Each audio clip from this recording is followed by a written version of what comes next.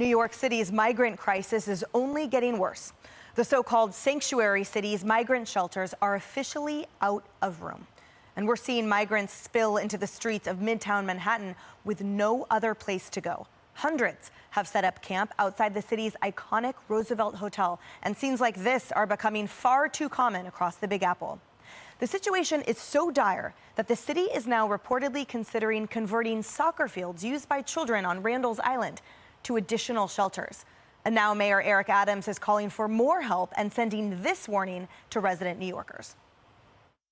Eventually, this was going to come to a neighborhood near you, and it is. We need to control the border.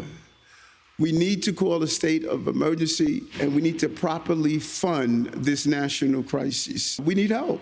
We need help, and it's not going to get any better. From this moment on, it's downhill. There is no more room. And Bill Maher is now calling out the leaders of the Democrat-run cities for failing to address the issue. It's, again, the same principle as I was saying before about, like, the reverse of what liberalism really is. Liberalism is, for the sake of humanity and compassion, can we get these people off the streets? And woke is, how dare you ask them to move? This is their home. They have rights. No, it's not. There's easily a better solution to this. But instead, they put them in hotels? That's your answer, hotels? Could everybody just stop the posturing? Don't pretend that you love migrants so much, and then when we send them to you, you don't like them. You know? Mm-hmm.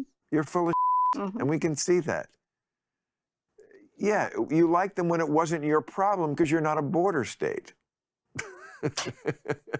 And then when they show up in Chicago and New York, you're like, what the what are we going to do with these people? Kim Douglas, truer words never spoken, right? I mean it. It's so Oh, my gosh. And I'm not trying to be lighthearted about this because it really is serious. But when I heard about this story, I went down and I was interviewing some of the little kids in the soccer fields, and they're tired of being kicked around.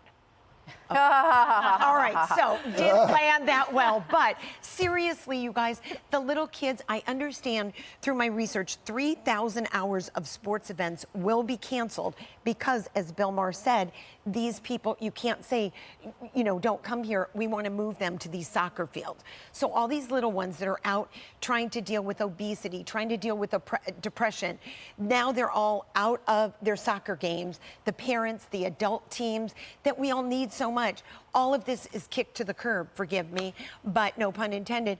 But seriously, now all of the migrants, 93,000 I think to date, are going to be in these soccer fields. Yeah, doctor, to her point, 3,000 hours are projected to be canceled of activities of public and private school kids, adults included. And, you know, these residents are also paying for this with their tax dollars. So they're being taxed and they're paying for it, and then they're losing what they've already paid for with their tax dollars to create those other recreational programs.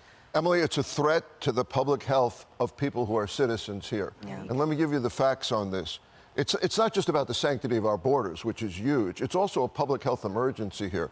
I actually have been treating some of the migrants outside my office in the heat, on the street, trying to save them and having to send them to the hospital because the one thing that's not being talked about is heat exposure and infectious diseases that are coming across. And Mayor Adams was like, well, we're a sanctuary city. He said that a year ago. Let me tell you one more thing. We have about 70 to 80,000 homeless in New York already, and they have shelters, and almost every one of them has a bed at night. That's not perfect, because the shelter system has a huge problem, but it's a big improvement from when I was in my training at Bellevue before the shelters were there. Improvement. There's no room in the shelters whatsoever for additional people that are here illegally. You know, Martha, the mayor says they're coming to a neighborhood near you, talking to New Yorkers, but I argue that sentence can be applied to all Americans because every state is a border state now. Well, I live in a New York border state, in New Jersey, and I can tell you that the homeless population has increased there as well because people are pushing out of the cities. It's already happening.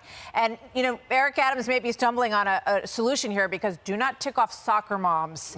They are very determined to get their kids to soccer, to get them to football practice, whatever. Right. So he's messing with a group that is super fired up and will not stand. I mean, I'm telling you, people are way more serious about sports than academics in the current environment in the United States. So that, I think, will be a trigger. I think Bill Maher is 100% right. So much hypocrisy. Oh. It is dripping with hypocrisy when you look at the way this situation has been dealt with. And one thing that we didn't hear there, Sharon Osbourne said she's moving back to London because she said they don't allow people to sleep in the street there. It's against the law. When I was a kid, they used to have, they literally, the police would come out with sweeps, brooms. I'm sorry, sir, you can't sleep here. You got to find somewhere else to go. They would clear all the streets around Port Authority, and they had benches that had little partitions in them so that it wasn't comfortable to sleep on them.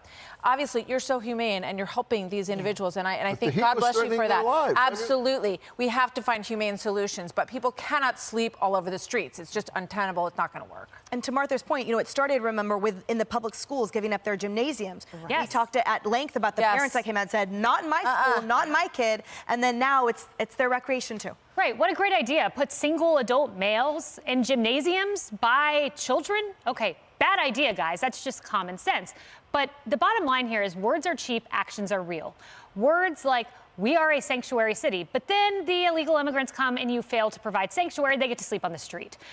We care about illegal immigrant children is another thing we hear from the Bleeding Heart liberals. Well, no, you don't, because when Vice President Kamala Harris, our border czar, went to the border, guess where she didn't go?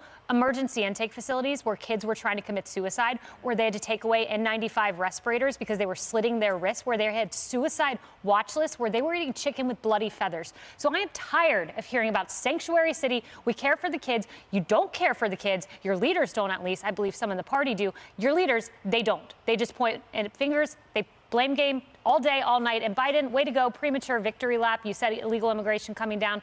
Numbers in July, 130,000, up from the previous month, 95,000. Fix the problem. Yeah. Well, he also said we cured cancer. So apparently I know. He did say that. Is a bald face. And only 100 died of COVID. All right, guys. Hey, everyone. I'm Emily Campagno. Catch me and my co-hosts Harris Faulkner and Kaylee McEnany on Outnumbered every weekday at 12 p.m. Eastern, or set your DVR. Also, don't forget to subscribe to the Fox News YouTube page for daily highlights.